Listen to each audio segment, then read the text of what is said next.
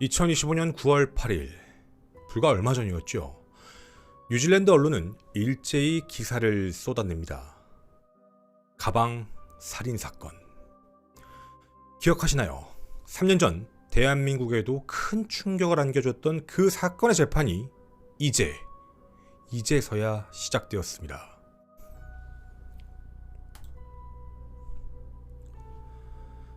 네, 안녕하세요. 김원입니다. 아마 기억하시는 분들도 많이 계실 것 같습니다. 어떤 분들께서는 꽤 오랜 시간이 지났기 때문에 사건이 정리된 거 아니냐라고 질문을 주셨던 분들도 계셨는데요. 저도 이 사건의 재판이 진행되지가 않아 그동안 무슨 일이 있었던 건지를 계속 주신하고 있었습니다. 근데 얼마 전 현지에 계신 저희 김원가족 구독자분께서 재판이 시작되었음을 저희에게 전해주셨고 내용을 빠르게 확인해 볼 수가 있었습니다. 그간 세상에 알려진 것보다 훨씬 더 어쩌면 잔혹하고 그리고 치밀하고 계획적이었던 이 사건의 내용 함께 여러 가지 단계로 나누어 시작해 보도록 하겠습니다. 첫 번째, 사건의 발단입니다. 때는 2022년 8월 10일이었습니다. 오클랜드 클랜던 파크의 한 가족에서부터 시작이 됐는데요. 이들은 온라인 경매를 통해 파파토이토에 위치한 세이프 스토어, 그 보관 창고의 물건을 낙찰받게 됩니다.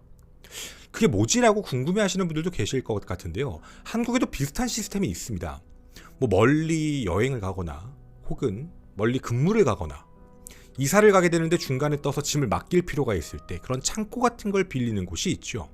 좀 더 체인화되어 있고 전문화되어 있는 게 있다라고 봐주시면 좋을 것 같습니다. 일종의 프랜차이즈 회사죠. 매달 어느 정도의 크기의 보관료만 지불을 하게 되면 계속적으로 임대해서 쓸 수 있는 공간이 어떻게 보면 부여가 됩니다. 근데 거기에 납부하는 보관료를 차일피일 납부하지 않고 미뤄지다가 보면은 당연히 그 보관 업체에서는 그 안에 있는 물건을 경매 사이트에 올리게 되고 낙찰자가 그 물건을 가져가는 시스템이죠. 이 시스템은 많은 인터넷 사이트에서도 화제가 되기도 했습니다. 마치 어떤 물건을 까봤더니 그 안에서 돈이 나왔다, 보석이 나왔다, 이런 이야기도 있었던 그런 부분이죠. 이 가족 또한 마찬가지였습니다. 온라인 경매를 통해서 집에 필요한 물품들을 찾아보고 있었죠. 그때 눈에 띄는 물건이 있었습니다. 아이들을 위한 자전거, 그리고 세탁기, 침대, 테이블, 전자레인지, 옷, 그리고 여행용 캐리어가 2개. 이렇게 생활용품으로 가득 찬 물건이 경매에 올라온 걸 확인하게 된 거죠. 그래서 이 가족은요, 401달러, 뉴질랜드 달러입니다. 하나 약 33만 원에 낙찰받게 됩니다. 다음 날이었습니다. 8월 11일. 낙찰받은 물건을 가지러 함께 가서 이 가방, 물건들을 싣고 있는데 가방에서 이상한 냄새가 났다라고 합니다. 당시 이 가족이 맡았던 냄새를 이렇게 표현했습니다. 죽은 쥐 냄새가 났다. 좀 특이한 냄새가 났다라는 기억이었죠. 남편은 집에 도착 후에 그 냄새가 나는 검은색 비닐봉지로 포장이 돼 있었거든요. 지금 보시는 것처럼. 그 2개의 여행 가방을 조심스럽게 칼로 열어봅니다. 안에 캐리어가 있었죠. 캐리어를 열려고 봤더니 비밀번호도 모르겠고 이거 못 열 것 같은데, 그리고 이상한 냄새가 나다 보니까 이거 쓰지는 못하겠다, 그냥 버리지 말고 내용물로 확인이라도 해봐야 되겠다라는 생각으로 가방 자체도 칼로써 열게 됩니다. 근데 그 안에는요, 굉장히 단단하게 묶은 또다시 검은색 비닐봉지가 확인된 거죠. 뜯어봤더니 또다시 비닐봉지, 또 비닐봉지. 그런데 멈출 수가 없었습니다. 뜯으면 뜯을수록요, 그 이상한 냄새가 점차 강해졌기 때문입니다. 그 안에는 캐리어에 각각 한 구씩 총 2구의 작은 시신들이 들어있었습니다. 즉각 이 가족들은요, 하던 일을 멈추고 즉시 남편은 아내에게 경찰에 신고해달라고 요청을 합니다. 신고를 받고 출동한 현지 경찰 그리고 과학수사팀은 이 현장이 타살의 흔적은 분명 존재하지만 신고했던, 경매를 낙찰받았던 이 가족들의 범죄와는 무관하다고 판단. 우선 2개의 여행 가방을 꺼내 영안실로 옮겨 부검을 진행합니다. 제일 중요한 건 그 피해자들의 신원을 확인해야 되는 부분이었죠. 근데 문제가 있었습니다. 알 수 있는 직접적인 방법이 없었거든요. 제가 표현을 작은이라고 표현을 했습니다. 그럼 남은 방법은 단 하나. 그 세이프 스토어에 이 물건들을 맡긴 자가 누구냐. 어쨌든 그 물건을 맡긴 자가 있고 그곳에서 발견된 것이기 때문이었죠. 확인 결과 40대 여성 이모 씨, 한국인입니다. 이모 씨로 확인이 됩니다. 그녀에 대해서 확인을 좀 해볼 수 있는데요. 이번 재판에서 좀 다양한 내용들이 함께 확인이 됐습니다. 1990년대 이 씨가 13살 때 부모님과 함께 뉴질랜드로 이주를 하게 됩니다. 국적이 두 개인 거죠. 그리고 18세가 되었을 때 아버지를 잃고 이 씨는 대학 진학을 위해 다시 한국으로 돌아오게 됩니다. 그렇게 한국에서 지내다가 다시 공부를 하기 위해 뉴질랜드로 돌아갔고 그곳에서 같은 교회를 다니던 한국 출신 남편을 만나 2006년 결혼을 했고 자녀가 둘이 있는 것까지 확인이 됐습니다. 여기서 끝나지가 않았습니다. 남편분은요 2017년 식도암으로 사망한 것이 확인이 됩니다. 그런데 그 이후 아내 이 씨와 2009년생 2012년생 자녀들의 행방이 묘연하다는 겁니다. 정확히는요 이 씨만, 아내이자 엄마인 이 씨만 2018년 한국 출국 기록이 남아있던 겁니다. 어떠한 이유에서인지 2022년 4월까지요 세이프 스토어에 이 씨가 보관료를 납부는 했지만 이후 납부를 하지 않게 되었고 결국 최종 경매 연락까지 보낸 세이프 스토어 측. 하지만 이 씨는 답이 없었습니다. 돈을 보내지 않았죠. 결국 8월에 경매를 내놓았고 앞서 말씀드린 가족이 낙찰을 받아 이 사건이 세상에 알려지게 됐다라는 내용이었습니다. 자, 그럼 저희는 두 번째 검거 과정에 대해서 한번 살펴보겠습니다. 직접 보관소에 짐을 맡긴 사람, 홀로 한국으로 떠난 사람. 40대 여성 이 씨는 가장 유력한 용의자였습니다. 뉴질랜드는 즉각 인터폴에 이 씨를 수배하고요. 한국경찰청과 함께 공조수사를 시작합니다. 결국 2022년 9월 한국 울산에서 검거가 되었죠. 아마 이 뉴스 기사 보신 분들도 많이 기억이 나실 겁니다.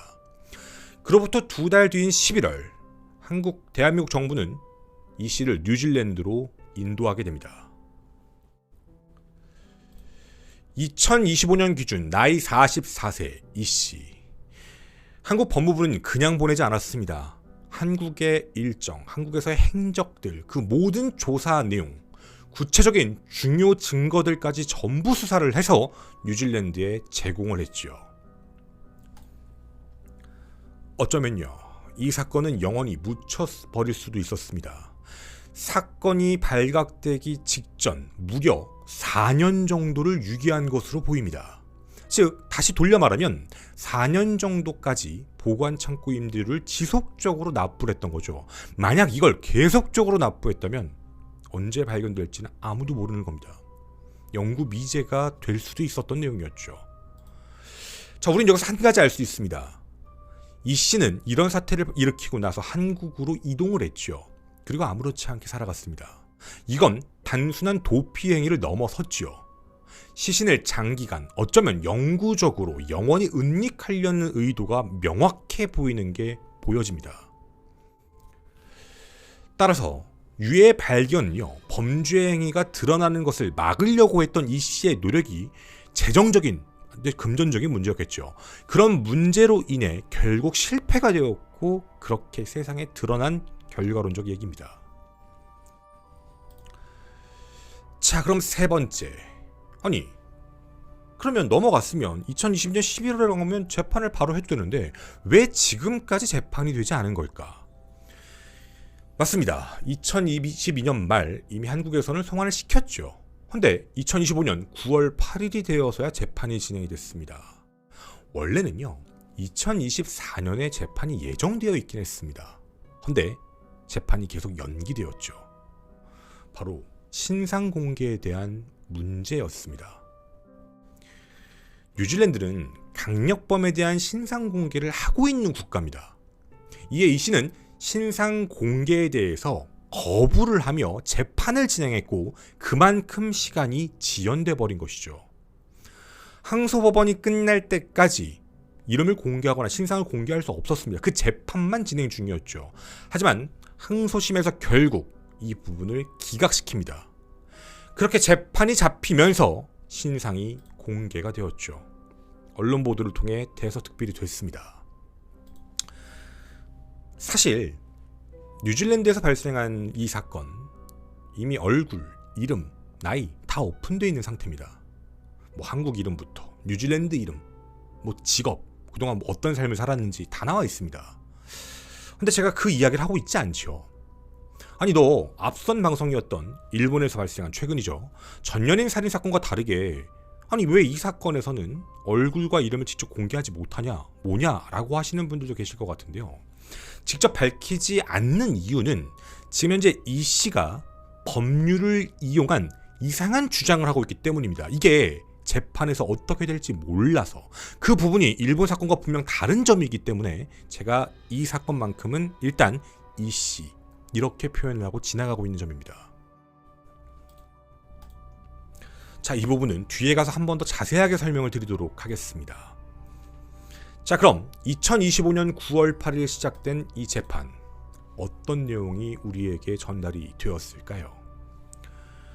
9월 8일 오클랜드 고등법원에 한 여성이 머리를 숙인 채 조용히 앉아 있었습니다. 재판은 시작되었고 배심원을 배정하는 그 기간 동안에도요. 배심원 한 명 한 명 바라보지도 않고 이 여성은 땅만 바라보고 있었죠. 바로 이 씨입니다. 제프리 베닝 판사 주재, 이 씨의 이중살인 혐의의 재판이 이뤄지자 시작이 되었습니다. 재판장은 물었습니다. 유죄 주장이냐 무죄 주장이냐. 그런데 이 씨가요 아무 말을 안 합니다. 침묵합니다. 영어할 줄 알거든요. 변론을 하라라는 요청을 받았고 피고인의 방어권을 위해 통역사까지 있었습니다. 영어를 할 줄 알지만 통역사가 그 내용까지 전했지만 이 씨는 아무런 말을 하지 않고 가만히 있었습니다. 그렇게 판사는 무죄의 입장으로 기록을 했죠. 아무 말도 하지 않았으니까요. 판사가 무죄를 결정을 내렸다는 게 아니라 저 사람은 무죄를 주장하고 있구나 라는 입장으로 기록이 시작됐습니다. 또한 베닝 판사는요. 배심원을 향해 의미심장한 말도 남겼습니다. 범행 당시 이 씨가 심신상실, 즉 정신질환 상태인지 여부를 함께 판단해야 할 것이라는 명시를 했습니다. 이 내용은요. 한 가지 사실을 알려주게 되죠. 이 씨가 심신상실을 얘기하고 있구나. 몇 년이 지나고 나서야 공개된 내용입니다. 뉴질랜드 형법은요. 심신상실에 대한 이런 내용을 포함하고 있습니다. 정신적 질병으로 인해 행위의 본질을 이해하거나 그 행위가 도덕적으로 잘못되었음을 알지 못하는 경우는 유죄 판결을 하지 않는다. 그리고 심신상실을 입증할 책임은 피고인 측, 즉 이 씨에게 있다. 이 내용입니다. 또한 이뿐만이 아닙니다. 피고인의 방어권에 대한 문제인 거죠. 베닝 판사는요. 재판이 진행되는 게 신상공개도 됐으니 말이죠. 좀 괴롭게 될 것이다. 힘들 것이다 라고 얘기하며 이 법원에 다른 방에서 재판 과정을 지켜봐도 된다라고 허락까지 합니다. 그래서 보시는 바와 같이 재판이 진행이 되는데 스크린을 통해서 보면서 진행을 했습니다. 자, 지금 재판에 대한 내용이요. 범인이네. 처벌 세게 해야지 라는 부분이 아니라 조금 생각과는 다르게 뭔가 조금 느낌이 이상한데 라는 부분이 드실 겁니다. 이는요. 재판의 초점 자체가 살인의 행위를 저질렀는가의 문제에서 범행 당시 정신상태가 법적 책임을 질 수 있었느냐 없었느냐 바로 정신적 문제로 갔다라는 부분을 의미하고 있는 겁니다. 아무 대답을 하고 있지 않다 그랬죠. 유죄 주장합니까? 무죄 주장합니까? 아무 말을 하지 않았다는 것. 무죄 주장은요. 단순히 범행을 부인하는 게 아닙니다. 내가 범죄를 저질렀다 하더라도 나 정신질환이에요. 법적 책임 못 물어요. 이걸 주장하고 있는 거죠. 따라서 무죄 주장에 대한 언급을 하지 않고 가만히 있었던 게 방어 첫 번째. 정신질환을 얘기해서 무죄 주장을 하다가 살인이 인정이 된다 하더라도 심신상실로 방어하겠다가 방어 두 번째입니다. 두 가지 전략으로 재판에 선 겁니다. 그리고 오늘이었죠. 9월 9일 법정에서 이 씨 측은 이렇게 얘기합니다. 두 건의 살인 혐의에 대해서는 무죄를 주장합니다. 헌데 아이들의 사망을 초래했다라는 사실은 인정한다라는 표현을 씁니다. 이게 무슨 뜻일까요? 죽인 건 맞는데요. 무죄죠. 죽인 건 맞는데 무죄라고요.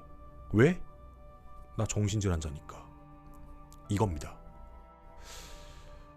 자, 그럼 지금부터 도대체 왜 그런 건지 주장을 좀 하나씩 살펴볼 건데요. 바로 이 두 사람에 대한 이야기로 가도록 하겠습니다. 재판장 앞에 선 두 사람, 검사 나탈리 워커 측의 주장, 그리고 이 씨의 변호인 스미스의 변론을 함께 살펴보도록 하겠습니다. 사실 스미스의 변론은 그렇게 길지 않습니다. 도리어 검사 측 주장이 훨씬 더 깁니다. 이유가 있었는데요. 검사 나탈리 워커는요, 사건의 정황 그리고 동기의 입증 전략을 내세웠습니다. 이유가 있었습니다. 이중살인 혐의로 기소한 상태죠.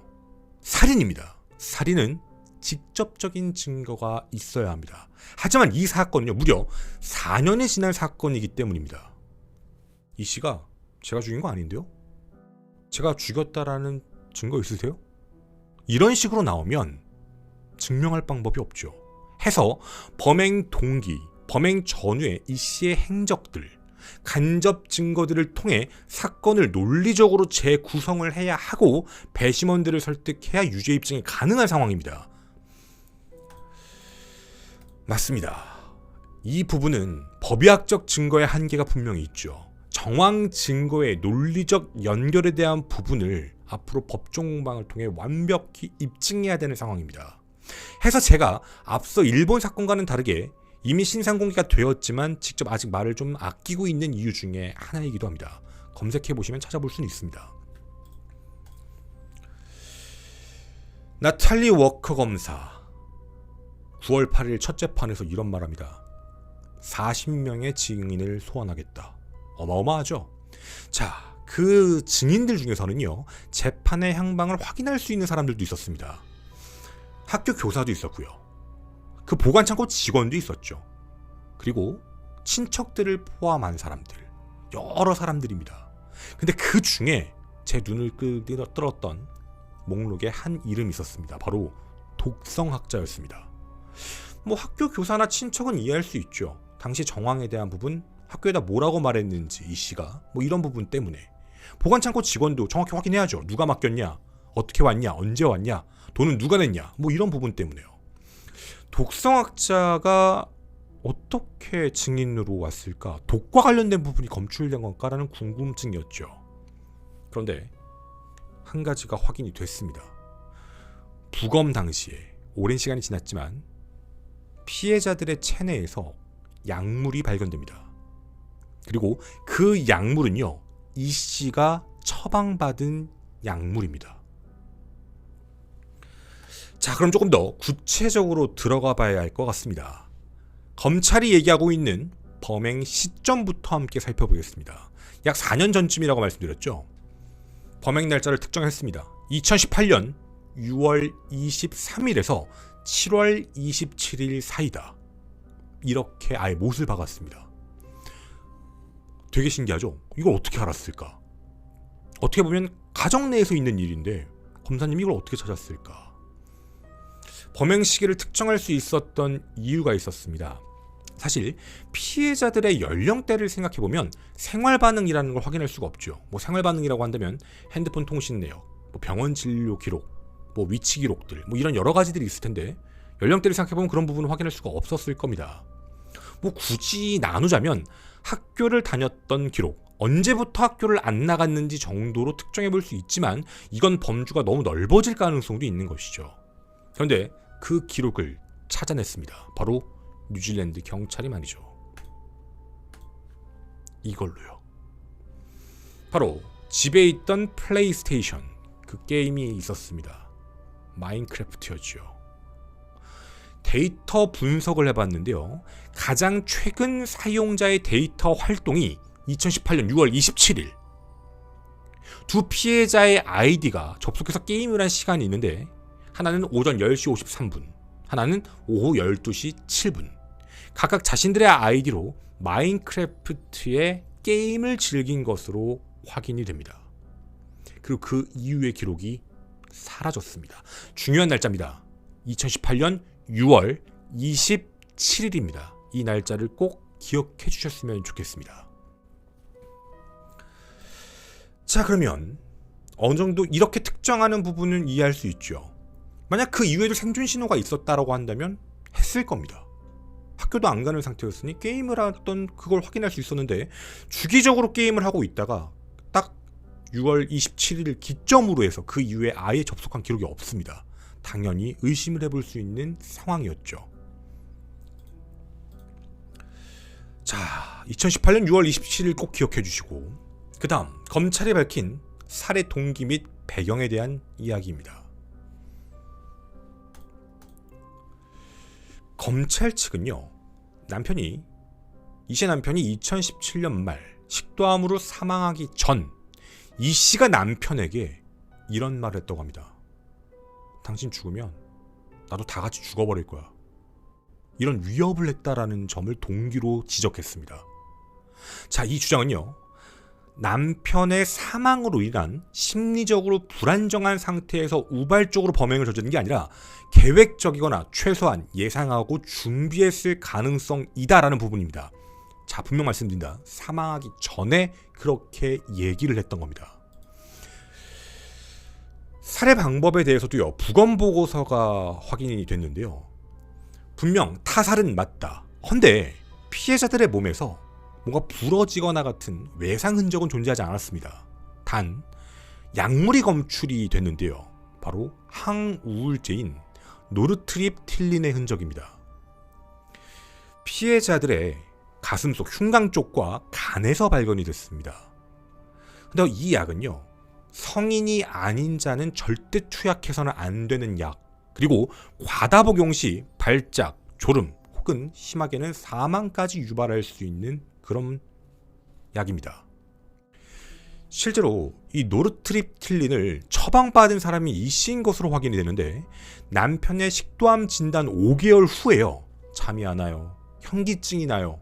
라고 의사에게 얘기해서 2017년 8월 60정을 수령한 것으로 확인됩니다. 2017년 8월입니다. 사건 발생하기 약 10달 전이죠. 자, 근데 문제가 있었습니다. 항우울제가 분명히 투약이 됐다라는 사실은 알 수 있었는데요. 시간이 4년 이상 지났죠. 따라서 체내 약물 수치의 그 농도에 대한 부분은 정확하지가 않습니다. 따라서 약물 때문에 사망한 건지, 약물 이후에 질식인 건지, 혹은 다른 공격적인 게 있었던 건지, 다른 수단이 있었던 건지는 확인이 불가능합니다. 자, 그럼 항우울제를 사용해서 범행을 저질렀다라는 근거는 정말 있을까요? 근거 첫 번째, 이 씨의 남편은 2017년 11월 22일, 우리가 얘기했던 2018년 6월 27일보다 훨씬 더 전이죠. 그때 식도암으로 사망을 했는데 사망하기 전 그런 위협을 했다, 여러 차례 말을 했다라는 사실을 우리는 알고 있습니다. 이거에 대한 증언은요, 이 씨의 어머니도 증언을 했습니다. 남편이 사망하면 다 죽이겠다 라고 전화로 울면서 얘기했던 걸 증언했죠. 그리고 아직은 살아있는 남편에게 문자도 보냅니다. 다 죽인다고. 그리고 이 내용에 대해서 남편은 걱정을 했고요. 호스피스 병실 있죠. 중환자실에 입원했을 때도 그런 걱정을 토로한 것으로 보입니다. 중환자실에 계셨던 간호사들도 증언을 했는데 그런 이야기를 하고 있다. 남편이 사망하면 다 가만 안 두겠다. 다 같이 죽겠다. 뭐 이런 말을 해서 간호사들도 이 씨를 설득했다고 합니다. 그러지 말아라. 안 좋은 거다. 근데 이에 대해서 당시 이 씨가요, 나는 그런 짓 안 할 건데요? 라고 얘기하며 안심을 시켰다는 거죠. 결론은 거짓말입니다. 자, 근데 그 뒤에 행적도 이상합니다. 남편이 사망한 이후 이 씨는 호주에서 휴가를 보내게 됐는데요. 휴가를 보내다 친구에게 이런 문자 메시지까지 보냅니다. 비행기가 추락해 다 같이 죽을 수 있었으면 참 좋았을 텐데, 이런 말도 함께 남기고, 남편보다 그 피해자들이 사망했으면 덜 슬펐을 거야, 이런 말도 했다는 게 확인이 됩니다. 자, 이상하죠? 분명한 건요, 남편이 사망한 이후의 그 행적들도 굉장히 이상합니다. 이 씨는 남편이 사망한 이후에 총 33만 달러의 생명보험금을 받았습니다. 뉴질랜드 달러입니다. 하나 약 2억 7,200만 원인데요. 이 씨는 피해자들 학교에 아버지의 사망 사실을 알리고 싶지 않아요 라고 얘기하고, 함께 놀러 다니다가 한국으로 데리고 가겠다 라고 말한 뒤 학교를 안 내보냅니다. 그래서 학교에서도 신고를 안 한 거죠. 그리고 이 씨는 좀 이상한 말을 했습니다. 남편이 사망하면 나도 죽을 거예요. 근데 모든 돈을 다 쓰고 죽을 거예요. 이런 말을 한 겁니다. 실제로 확인을 해봤는데요. 남편이 사망한 지 한 달 뒤에 이 씨는 피해자들을 데리고 한국에 왔습니다. 한국에 와서 호텔 이름 얘기 안 하겠습니다. 되게 비싼 5성급 호텔에 머물며 2달 동안 여행을 하는데요. 2달 동안 한국에서 쓴 돈만 한화 2,649만 원입니다. 매달 약 1,300만 원씩 쓰고 다닌 겁니다. 그리고 2018년 4월 달에 지출 기록 내용들도 살펴볼 수 있는데, 각종 호텔에 다닌 기록들도 확인이 됩니다. 그리고 5월 달에는요, 호주로 가서 호주의 골드코스트 여행도 다니고 또 거기에 있는 힐튼 호텔에 머물렀다는 것도 확인이 됩니다. 제일 걱정했던 사람이 있었습니다. 그런 말도 들었던 사람, 바로 이 씨의 어머니였죠. 이 씨의 어머니는 너무 걱정이 돼서 뉴질랜드로 바로 날아옵니다. 그리고 그냥 피해자들 나한테 맡겨라, 너 힘드니까 라고 얘기했더니 이 씨는 이런 말을 합니다. 엄마는 영어도 못하는데 어떻게 돌봐요? 하고 거절을 해버린 거죠. 그때가 이 씨의 어머니가 피해자들을 마지막으로 본 시점이었습니다. 그 이후부터 정상인처럼 행동을 합니다. 하지만 실상 정상은 아니었죠. 점차 주변 가족들과 모든 연락을 끊고요, 2018년 6월부터는 아예 잠적해버립니다. 2018년 6월 27일 기억하고 계시죠? 바로 그 날짜입니다. 피해자들의 마지막 플레이스테이션 접속 기록 이후입니다. 바로 그날입니다. 이 씨는요, 자신의 이름을 이지은에서 현재 이모 씨로 바꿔달라는 개명 신청서를 보내버립니다. 이름을 바꿉니다. 자, 그리고 한 마트로 가서요, 특대형 정원용 봉지, 쓰레기 봉투, 버블랩, 테이프 이런 걸 구매합니다. 그리고 다음 날인 6월 28일 세이프 스토어에 공간을 대여합니다. 그리고 6월 30일 날 여행 가방이 그곳에 들어간 것으로 확인이 됩니다. 그 이후 긴급 여권을 신청했던 이 씨는요, 한국행 비행기에 오릅니다. 비즈니스 클래스를 끊었더라고요. 하나 약 330만 원을 주고요. 그리고 한국에서 오고 나서 한국에서 보낸 시간들은 많이 알려져 있진 않았습니다. 당시 가진 돈을 가지고 아마 금고 보관료를 계속 내고 떨어질 때까지 냈던 것 같습니다. 그러다 2022년 6월이었는데요. 이 씨 어머니가 깜짝 놀라게 됩니다. 뉴질랜드에 있어야 될 딸이 한국에 있다는 거였죠. 한 병원에서 연락을 받게 됩니다. 이 씨가 한국에 있는 정신병원에 있다는 얘기. 깜짝 놀라 서울로 올라가 한 가지만 먼저 물어본 겁니다. 피해자들 어디 있어? 왜 너만 있어? 어디 간 거야? 그때 이 씨가 뭐라고 했는지 아십니까? 뭔 소리야? 그런 애들 없잖아. 나한텐 그런 애들 없는데? 이게 이 씨의 답변입니다. 그냥 정신질환이어서 뭔가 온전치가 않아서 그런가 보다, 뉴질랜드에서 어떻게 해놨겠지라고 좀 안일하게 생각한 문제였죠. 설마 그렇게까지 했을까라는 생각이었던 겁니다. 그 위에 이 씨요, 병원을 퇴원하고 무지하게 잘 지냅니다. 어머니하고 연락됐으니까요. 그리고 이때 오클랜드에서 수사가 진행된 걸 몰랐습니다. 2022년 6월 병원이었죠. 8월에 경매로 넘어갔죠. 그리고 8월 달에 사건이 터진 겁니다. 모르고 그냥 살다가 갑작스럽게 검거가 됐던 겁니다.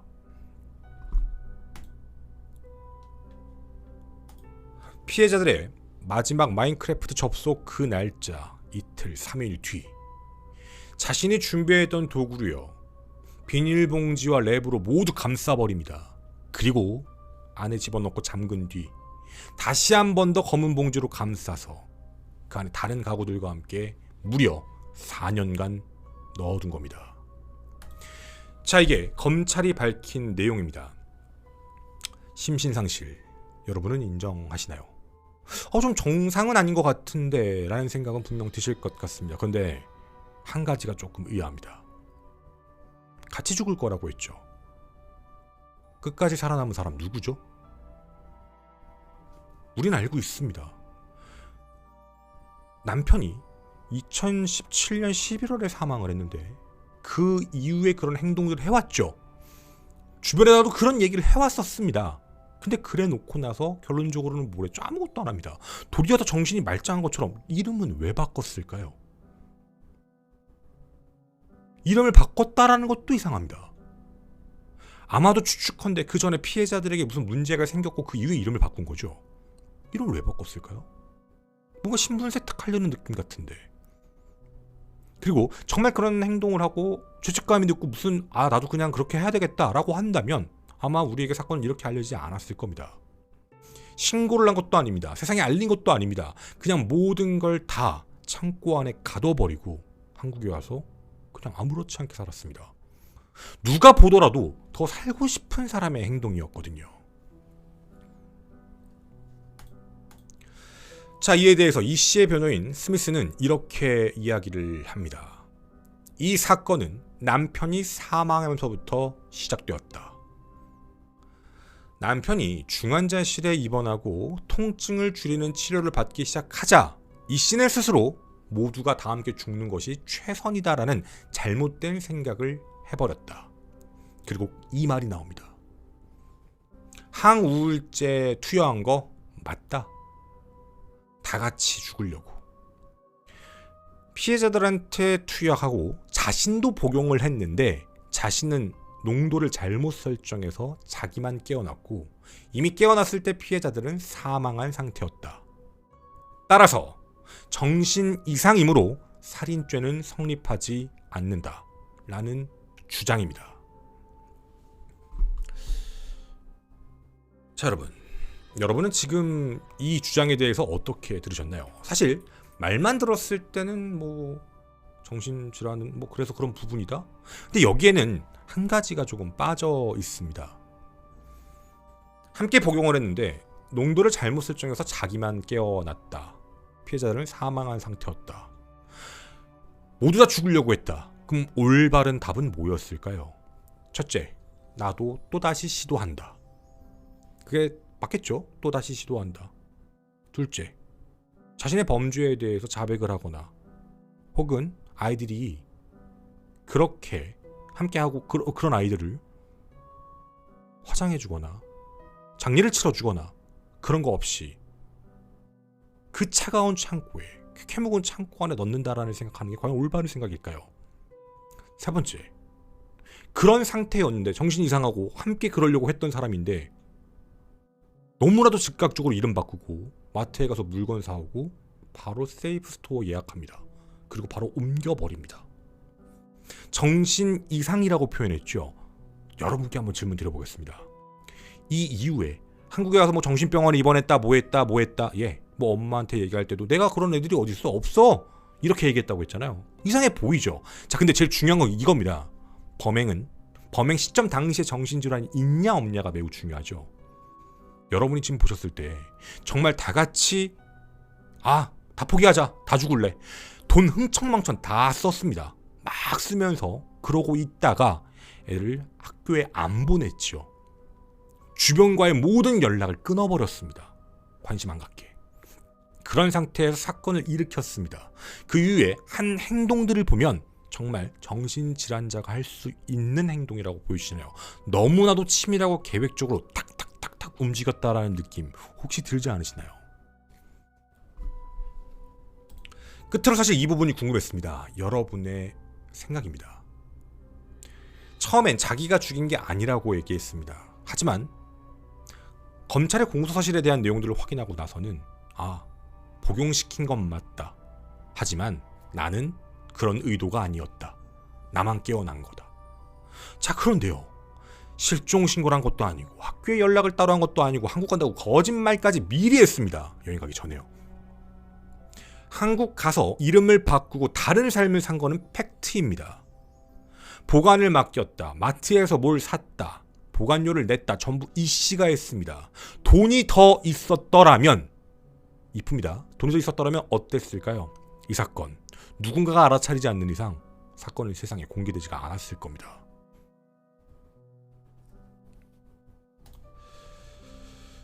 더구나 함께 죽으려다 실패해서 혼자 그리 살았다라는 말도 더더욱 이해할 수가 없습니다. 재판을 받는 현재는요. 피해자들이 기억난다라고 얘기합니다. 그런데 한국에 있을 당시에는 모른다고 얘기했거든요. 이걸 어떻게 받아들여야 될까요? 안 맞습니다. 앞뒤 행동이요. 마치 선택적으로 정신질환을 사용하고 있다는 느낌이 더더욱 들거든요. 여러분의 고견이 궁금합니다. 이씨 심신상실인가요? 아니면 심신상실을 이용하는 심신상실 호소인인 걸까요? 죽이지 않았다 해서 심신상실로 이동하는 모습 과연 정상일까요? 여러분 많은 의견 댓글로 기다리도록 하겠습니다. 3년 전에 발생했던 세상에 알려진 이 사건 이제서 여러분께 자세한 내용들을 전해드릴 수 있었습니다. 다시 한번 현지에서 제보해주신 제보자분께 진심으로 감사드립니다. 저는 김원사건 파일의 김원이었습니다. 감사합니다.